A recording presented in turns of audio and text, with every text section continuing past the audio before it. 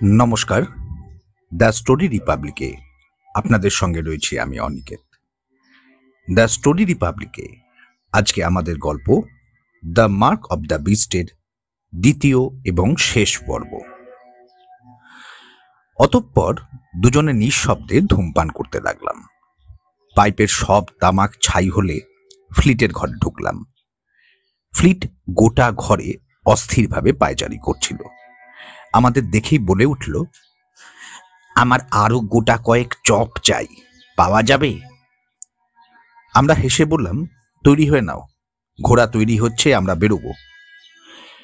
Fleet চেঁচিয়ে বলল, ধত্তেরি, chop না খেয়ে আমি কোথাও যাব না।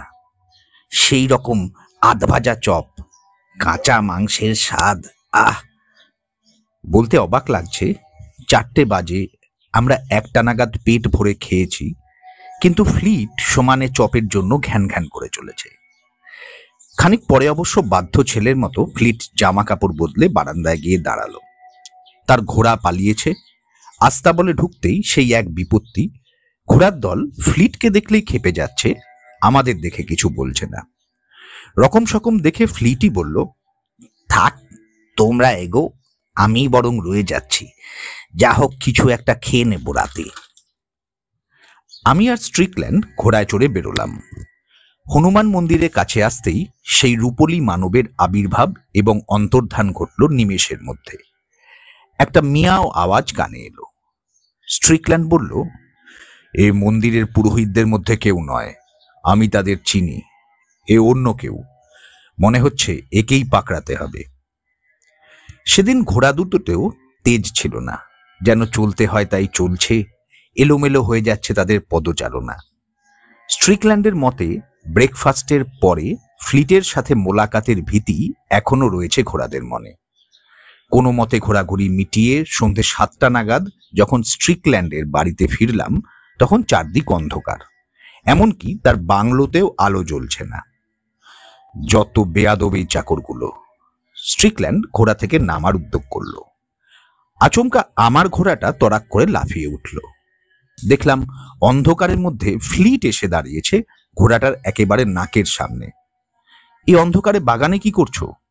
কথা শেষ হওয়ার আগেই দুটো ঘোড়াই লাফিয়ে উঠে আমাদের বেসামাল করে দিল। টেনে হিঁচড়ে সেগুলোকে আস্তাবলে রেখে ফিরতেই আবার চোখ পড়ল ফ্লিটের ওপর। কমলালেবুর ঝোপের কাছে ফ্লিট এখন হামাগুড়ি দিয়ে এগোচ্ছে, 4 পেয়ে জানোয়ারের মতো। What's the devil's wrong with you? স্ট্রিকল্যান্ডের আর্তনাদ শুনতে পেলাম। ফ্লিট খসখসে গলায় উত্তর দিল, এই কিচ্ছু না, কিচ্ছু না, সির্ফ গাছপালাগুলোকে দেখছি, মাটির গন্ধটা ভারী চমৎকার, রাতে একবার বেরোতে হবে, একটা লম্বা নাইট ওয়াক। পরিস্থিতি হাতের বাইরে চলে যাচ্ছে দেখে আমি বলে উঠলাম, আমি বাইরে ডিনার করব না। স্ট্রিকল্যান্ড বলল, সাধু সাধু। এই ফ্লিট, সোজা হয়ে দাঁড়াও, এভাবে থাকলে জ্বর বাঁধিয়ে ফেলবে। আমরা সবাই বাড়িতেই খাবো। এই কে আছিস? আলো টালো সব জাল। প্রবল অনিচ্ছা নিয়ে ফ্লিট দুপায়ে দাঁড়ালো, বলল, না না, আলো নয়, আলো নয়, এখন অন্ধকারটাই ভালো, বাইরে বসেই খাবো। সেই আধ ভাজা চপ আনতে বলো তো, রক্ত লাগা, কাঁচা কাঁচা। জিভে জল টানলো ফ্লিট। স্ট্রিকল্যান্ড কড়া পুলিশি গলায় নির্দেশ দিল এবার, এই ভেতরে চলো, আমি বলছি ভেতরে চলো এখনই। ফ্লিট ভেতরে ঢুকলো।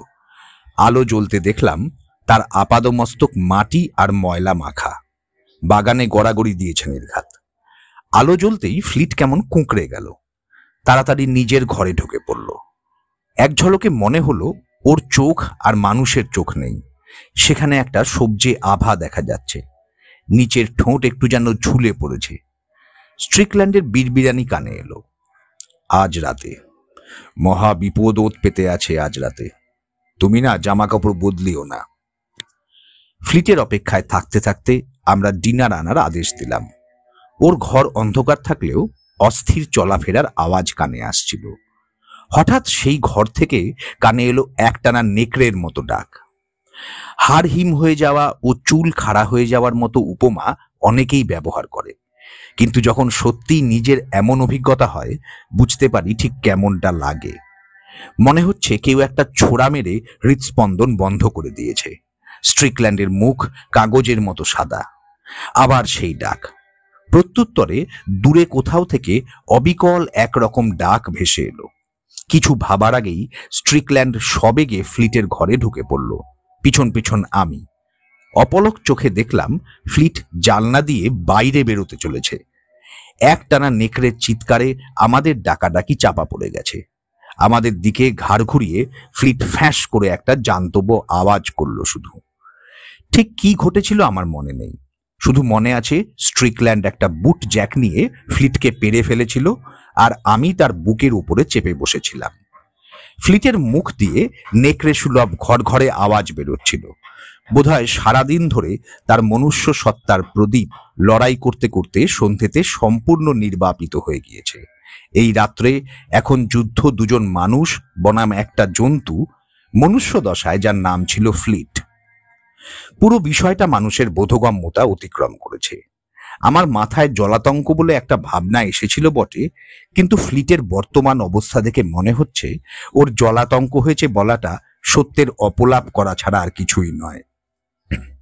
সর্বশক্তি প্রয়োগ করে আমরা সেই জন্তু তথা ফ্লিটকে চামড়ার ফিতে আর টানা পাখার দড়ি দিয়ে বাঁধলাম। একটা ঘোড়ার নাল জোগাড় করে ফ্লিটের মুখে ঠুসে দেওয়া হলো। তারপর টানতে টানতে ডাইনিং রুমে এনে একজন চাকরকে ডাক্তার দুমোকে ডেকে আনতে পাঠানো হলো। একটু দম নেওয়ার অবকাশ পেয়ে স্ট্রিকল্যান্ড বলল, গতিক সুবিধের নয়, ওকে ঠিক করা ডাক্তারের কম্য নয়। মনে মনে আমিও সায় দিলাম। ফ্লিট তার ঘাড় এদিক ওদিক ঘোরাচ্ছিল। বাঁধা থাকায় ছটফটানির মাত্রাও বেড়েছিল, আর থুতনিতে হাত রেখে নীরবে সব দেখছিল স্ট্রিকল্যান্ড। ধস্তাধস্তিতে ফ্লিটের জামা ছিঁড়ে তার বুকের চক্রাকার ক্ষতস্থান চোখে পড়ছিল। সেই ক্ষতস্থান এখন দগদগে ফোস্কার রূপ নিয়েছে। নিস্তব্ধতা ভেঙে কাছেই আর একবার ভামবিড়ালের ডাক শোনা গেল। আমি আর স্ট্রিকল্যান্ড চোখাচোখি করলাম। এ আওয়াজ নিঃসন্দেহে সেই কুষ্ঠরোগী রূপলী মানবের। ডাক্তার দুমো ঘরে ঢুকেই ফ্লিটকে দেখলেন এবং বিধান দিলেন যে তার মারাত্মক জলাতঙ্ক হয়েছে। পরিস্থিতি এতটাই জটিল যে রোগ সারানো দূরের কথা, ওষুধপত্র দিয়ে রোগীকে বাঁচিয়ে রাখাও তার পক্ষে যন্ত্রণাদায়ক। সত্যি বলতে ফ্লিটের মুখ দিয়ে গ্যাঁজলা বেরোচ্ছিল। আমরা ডাক্তারকে বললাম যে ফ্লিটকে এর আগেও কয়েকবার কুকুরে কামড়েছে, কিন্তু ডাক্তার দুমো আশ্বস্ত হতে পারলেন না। তিনি মাথা নাড়লেন, তার কিছুই করার নেই। তিনি শুধু লিখে দিতে পারেন যে জলাতঙ্কের কারণে ফ্লিটের মৃত্যু হয়েছে, কারণ তিনি নিশ্চিত যে ফ্লিটের মৃত্যু আর কয়েক মুহূর্তের অপেক্ষা। তিনি থেকে যেতে চাইলেও স্ট্রিকল্যান্ড এক প্রকার জোর করেই ডাক্তারবাবুকে বিদায় করল। ডাক্তারবাবু কথা দিলেন যে তিনি ফ্লিটের মৃত্যুর কারণ প্রকাশ্যে আনবেন না। ডাক্তার দুমোর ঘোড়ার গাড়ির আওয়াজ মিলিয়ে যাওয়া মাত্র স্ট্রিকল্যান্ড ফিসফিসিয়ে তার পরিকল্পনা আমাকে বলল। শুনে আমি চমকে উঠলাম। স্ট্রিকল্যান্ডের বক্তব্য এতটাই অবিশ্বাস্য যে তা বর্ণনা করা যায় না। আমি শুধু বললাম, হনুমান মূর্তিকে কলুষিত করার কারণে সেই কুষ্ঠরোগী রূপলী মানব যদি জাদুও করে থাকে, তার প্রভাব কি এত তাড়াতাড়ি দেখা যাবে? এর মাঝেই আবার বাইরে সেই মিয়াও শব্দ ধ্বনিত হলো। ফ্লিট নতুন শক্তিতে তরবর করে উঠল। আমরা ভয় পেলাম যে ওর বাঁধন না ছিঁড়ে ফেলে। স্ট্রিকল্যান্ড উঠে দাঁড়িয়ে বলল, আবার যদি এই ব্যাপার ঘটে তাহলে আমি আইন নিজের হাতে তুলে নিতে বাধ্য হব, আর তোমাকে আমায় সাহায্য করতে হবে। দ্রুত নিজের ঘরে ঢুকে গেল স্ট্রিকল্যান্ড। বেরোতে দেখলাম তার হাতে একটা পুরনো বন্দুকের নল, একগাছা মাছ ধরার সুতো, খানিকটা মোটা দড়ি আর খাটের শক্ত চালি। আমি জানালাম যে বাইরের ডাকে ফ্লিট নড়ে চড়ে প্রতি 2 সেকেন্ডে সাড়া দিচ্ছে বটে, কিন্তু আস্তে আস্তে সে আরো দুর্বল হয়ে পড়ছে। স্ট্রিকল্যান্ড বলল, তা বলে ওকে মরতে দেওয়া যায় না, ওকে মরতে দেওয়া যাবে না। আমি কিছুটা অবিশ্বাসের সুরেই বললাম, বাইরে ওটা বিড়ালের আওয়াজ, সেই কুষ্ঠরোগী জাদু করলে সে আবার ফিরে আসবে কোন সাহসে? কথায় কান্না দিয়ে স্ট্রিকল্যান্ড ফায়ার প্লেসের আগুন আরো জোরালো করে তুলল। তারপর তাতে বন্দুকের নলটা গুঁজে দিল। মাছ ধরার সুতো একটা টেবিলে বিছিয়ে একটা লাঠিকে ভেঙে 2 টুকরো করলো। খানিকটা তার, সুতো আর লাঠি দিয়ে খাপলা জালের মতো একটা জিনিস তৈরি হলো, যা দুদিক থেকে টেনে একটা ফাঁসের মতো তৈরি করা যায়। এক নিঃশ্বাসে পুরো কাজ সেরে স্ট্রিকল্যান্ড মুখ খুলল। এবার বলো, ওটাকে ধরবো কি করে? জ্যান্ত আর অক্ষত অবস্থায় ধরা যায়। আমি বললাম, ঈশ্বরে বিশ্বাস রেখে এগোনো যাক। গুড়ি মেরে সামনের ঝোপের আড়ালে লুকিয়ে থাকি, ওই কুষ্ঠরোগী নিশ্চয়ই কাছাকাছিই আছে, আড়াল থেকে ঝাঁপিয়ে পড়া যাবে। স্ট্রিকল্যান্ড এই প্রস্তাবে রাজি হলো। আমরা নিঃশব্দে বাথরুমের জানলা দিয়ে বেরিয়ে ঝোপের আড়ালে লুকোলাম। চাঁদের আলোয় স্পষ্ট দেখা গেল সেই রূপলী মানবকে, বাড়ির দিকেই এগিয়ে আসছে। থেকে থেকে মিয়াও করে ডেকে উঠছে আর মাঝে মধ্যে লাফাচ্ছে। ফ্লিটের দুরবস্থা দেখেই হোক বা ওই বস্তুটার স্বভাব, আমার মাথায় আগুন জ্বলে উঠল। মায়া দয়া দূরে সরিয়ে ঠিক করলাম যে স্ট্রিকল্যান্ডকে সর্বশক্তি দিয়ে সাহায্য করব। ফাঁস দিয়ে হোক বা দড়ি দিয়ে ওই কুষ্ঠরোগীকে ধরে আগা পাঁচতলা পেটানো দরকার। গাড়ি বারান্দায় পা রাখা মাত্রই আমরা দুজনে সেই রূপলী মানবের ওপর চড়াও হলাম। দেখা গেল জীবটা অদ্ভুত শক্তিধর। কুষ্ঠরোগী সুলভ দুর্বলতা তো দূরের কথা, যে কোনো গড়পড়তা মানুষের থেকে তার গায়ে জোর ঢের বেশি। কোনো মতে স্ট্রিকল্যান্ড তার পায়ে আঘাত করে মাটিতে ফেলে দিল, আর আমি তার ঘাড়ের ওপরে পা দিয়ে চেপে ধরলাম। ভয়ানক জান্তব আওয়াজে কান ঝালাপালা। বুট পরা থাকলেও বোধ হলো কোনো রক্ত মাংসের জীবকে পা দিয়ে চেপে ধরিনি, এই জীব অন্য বস্তুতে তৈরি। আমরা তার হাতের নিচ দিয়ে ফাঁস গলিয়ে হিড়হিড় করে টেনে তুললাম ডাইনিং হলে, যেখানে ফ্লিটকেও বেঁধে রাখা হয়েছিল। জীবটাকে শক্ত দড়ি দিয়ে বেঁধে ফেলার পর তার হাত পা ছোড়া কমল, কিন্তু মিয়াও ডাক জারি ছিল। ফ্লিটের সাথে তার মুখোমুখি সাক্ষাতের দৃশ্য অবর্ণনীয়। ফ্লিট নুয়ে পড়ে এমন ছটফট করতে লাগলো যেন তার মুখে বিষ ঢেলে দেওয়া হয়েছে। এছাড়া আরো অনেক কিছুর সাক্ষী থেকেছি আমরা, যার বিবরণ এখানে বলা যাবে না। স্ট্রিকল্যান্ডকে উত্তেজিত দেখাচ্ছিল, হাঁপাতে হাঁপাতে বলল, যা ভেবেছিলাম ঠিক মনে হচ্ছে, এবার ওকে ফ্লিটকে সুস্থ করে দিতে বলি। বন্দিদশায় জীবটাকে নিরুদ্বেগ মনে হচ্ছিল। মিয়াও শব্দ করা ছাড়া আর কিচ্ছু করেনি। হাতে তোয়ালে জড়িয়ে স্ট্রিকল্যান্ড তাতানো বন্দুকের নলটা তুলে নিল, আর আমার হাতে লাঠি তো ছিলই। ডাইনি সন্দেহে জ্যান্ত মানুষকে পুড়িয়ে মারার ঘটনা শোনা যায়, কিন্তু সে দৃশ্যের চাক্ষুষ সাক্ষী থাকা কতটা হৃদয় বিদারক তা বুঝলাম ফ্লিটের কাতরানির শব্দে। আগুনে গরম নলের আঘাত শরীরে পড়া মাত্র জীবটার চামড়াহীন মুখে যে অভিব্যক্তি দেখছিলাম তা কোনো মানুষের হতে পারে না। দু হাতে চোখ ঢেকে আমরা আমাদের অত্যাচার চালিয়ে গেলাম। এ দৃশ্যের বর্ণনা দেওয়া সম্ভব নয়। সূর্য ওঠার ঠিক আগে জীবটা মুখ খুলল। তার শব্দ বোধগম্য হচ্ছিল না, মাঝে মধ্যে জ্ঞান হারিয়ে ফেলেছিল। আমরা দড়িদড়া খুলে ফ্লিটের থেকে তার শয়তানি প্রভাব সরিয়ে নিতে বললাম।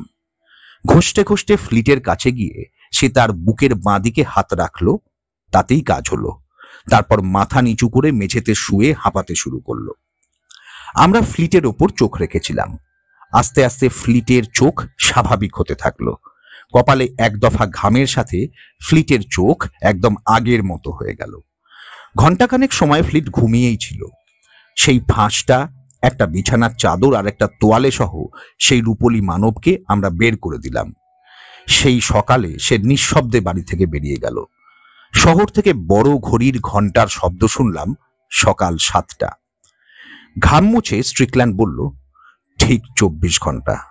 যা করেছি তাতে চাকরি চলে গিয়ে পাগলা গারুদে বাকি জীবন কাটাতে হবে মনে হচ্ছে। আমরা আদৌ বেঁচে আছি তো? আগুনে তাতানো বন্দুকের নলটা তখনও গরম ছিল। মেঝের কার্পেট পোড়ার গন্ধ পাচ্ছিলাম। সকাল 11টা নাগাদ আমরা ফ্লিটের ঘরে ঢুকলাম।